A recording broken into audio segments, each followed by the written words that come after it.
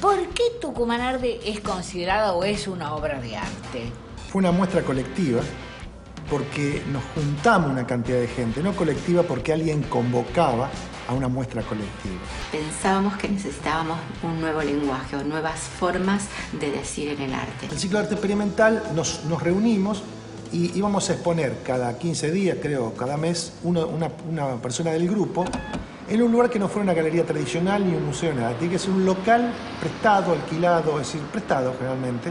Y esto también tenía que ver con salirnos de un público prácticamente cerrado o de élite, como llamábamos, que era el público que iba al museo o a las galerías. Es decir, queríamos ampliar ese público, llegar al público de la calle. Me tocó a mí comenzar el ciclo.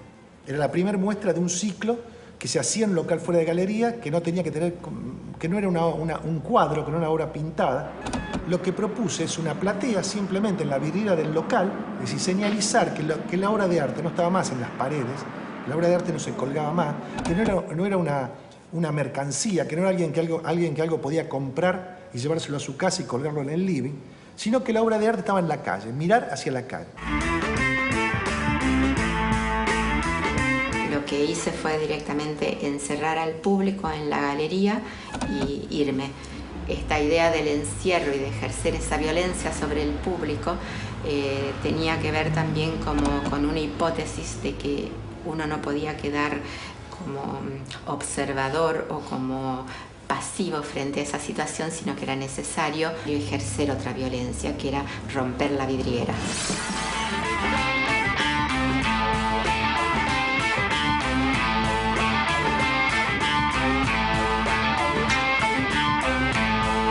Romero Brest era el director del Instituto Di Tella en ese momento, que era como uno de los personajes como más importantes o más renombrados de las manifestaciones de arte más contemporáneo en Buenos Aires, que era como la figura más emblemática de eso, ¿no? Entonces, cuando él viene a la charla en Amigos del Arte, nosotros preparamos como una especie de acción comando. Y realizamos un asalto a la conferencia de Romero Brest. Un asalto, evidentemente, algo muy ligado también a las prácticas políticas de la época, ¿no es cierto? Fue que se sacaron los tapones, se cortó la luz en la oscuridad. Renzi leyó una proclama. Aquí estamos, Romero, a coro.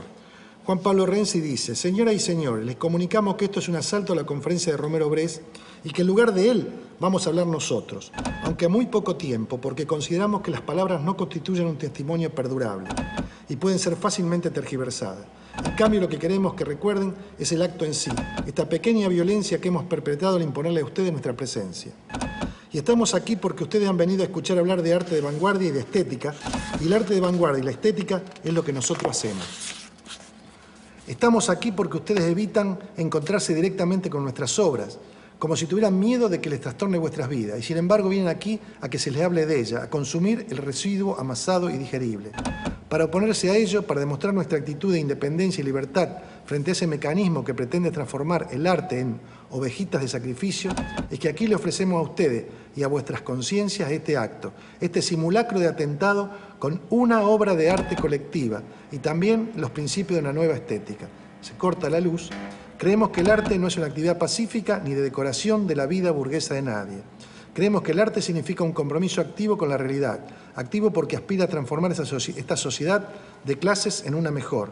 Por lo tanto, debe inquietar constantemente las estructuras de la cultura oficial. Bueno, moran todas las instituciones, viva el arte de la revolución y demás, ¿no es cierto? Acá hay algunas fotos que, bueno, se ve como muy poco porque era en plena oscuridad. Allí estamos todos como tapándolo a Romero. Hay otra donde se le ve la pelada. Ahí. Este es Romero. Lo interesante de esto, que cuando se vuelven a encender las luces, Romero Brest, que era una persona realmente muy capaz y muy viva, nos fagocitó, porque recuerdo que dijo: bueno, dice, yo venía a hablar de arte de vanguardia. ¿Qué más le puedo decir? Esto es la vanguardia. Bueno, yo creo que Tucumán, una provincia muy pobre, una provincia muy rica, el Jardín de la República, con una pobreza, el cielo de los ingenios y demás. Yo creo que eso se ha extendido a todo el país. Podríamos hacer, creo que hay proyectos, más ya hay proyectos que se llaman así, Argentina Arde, ¿verdad? Fue un objetivo político de manifestar el dolor que nos producía la miseria con la que vivía gran parte de los que habían sido echados de los ingenios. Y ahí nació, fue naciendo poco a poco la idea de hacer una obra más importante. ¿Cuál sería esa obra? Conversábamos entre nosotros y decíamos, bueno, representar el lugar más pobre o de mayor conflicto del país. Y ese lugar más pobre y de mayor conflicto era Tucumán. ¿Cuál sería la acción? ¿Cuál sería el título? Y empezamos a barajar nombres. Tucumán, muy bien, Tucumán tiene que ser el título, pero Tucumán, ¿qué? Tucumán grita, Tucumán habla, Tucumán se revela, y yo dije Tucumán arde. Y ahí quedó el título, fue bueno. Lo que a nosotros nos interesaba era como generar una acción de contrainformación en los medios, poniendo el tema en los medios. Es decir, el tema era el conflicto social que estaba viviendo Tucumán, y que eso era lo que el gobierno mismo acallaba y el gobierno mismo tapaba. Las vanguardias se fundan en una crítica del lenguaje que manejan con los elementos del propio lenguaje. O sea, el elemento propio del lenguaje del arte visual, en este caso, es la pincelada y el artista. Sin eso bueno, en el caso de Tucumán Arde, los artistas. Y la pincelada fue totalmente modificada por algo que la criticaba.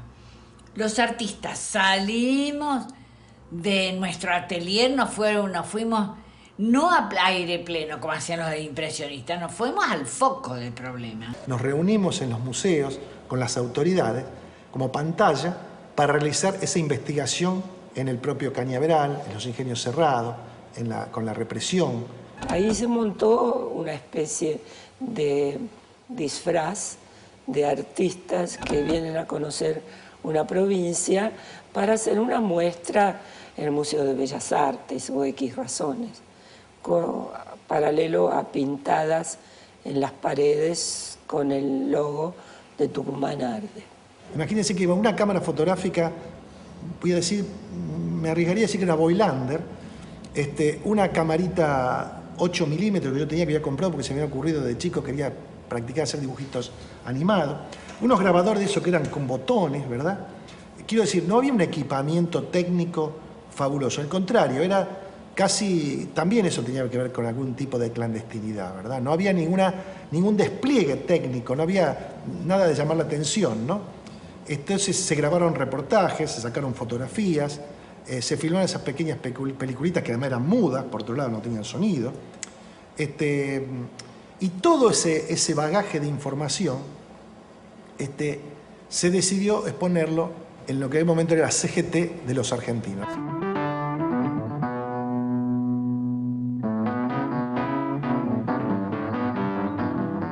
Hicimos como una apropiación de toda la casa, una casa antigua. No hubo como un sentido esteticista de poner todo ese material para informar y para dar a conocer al público qué era lo que estaba pasando, sino que lo que intentábamos era generar como un shock de sobreinformación.